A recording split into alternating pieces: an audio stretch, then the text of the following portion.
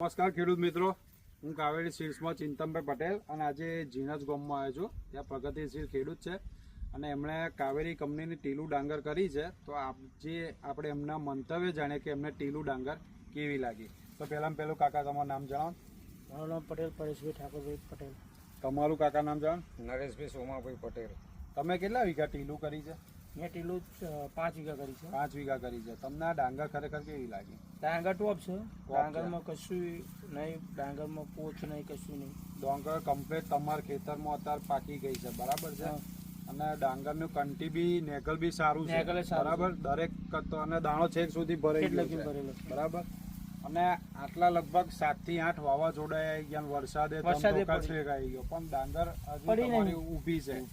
અને plus point કે ભાઈ ગ્રીનરી છે, બરાબર? પાકતો સુધી લીલી છે, બરાબર? એટલે તમે કદાચ થોડું મોડું વહેલું થાય તો આ ટક્કર લઈને ઊભી રહેવી છે.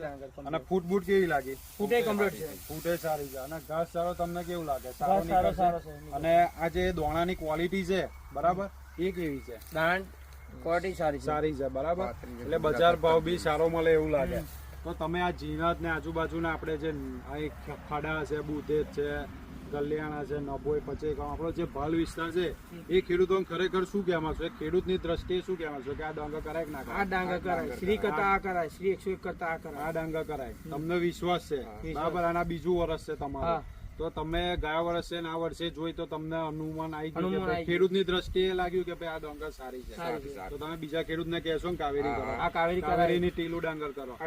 આ ટીલુનો પ્લોટ છે. રવિ થોડોક નજીક આવી અને આ પ્લોટ બતાવવા માંગીશ ખેડૂતો કે આ ટીલુનો પ્લોટ છે. પાક્યા સુધી પણ આજે લીલી ગ્રીનરી સાથે છે. હાર્વેસ્ટિંગ કરવાનો ટાઈમ આવી ગયો તો પણ, અને કોઈ ભેળસેળ બી નહીં, એટલે ક્વોલિટી બી સારી છે, બરાબર છે?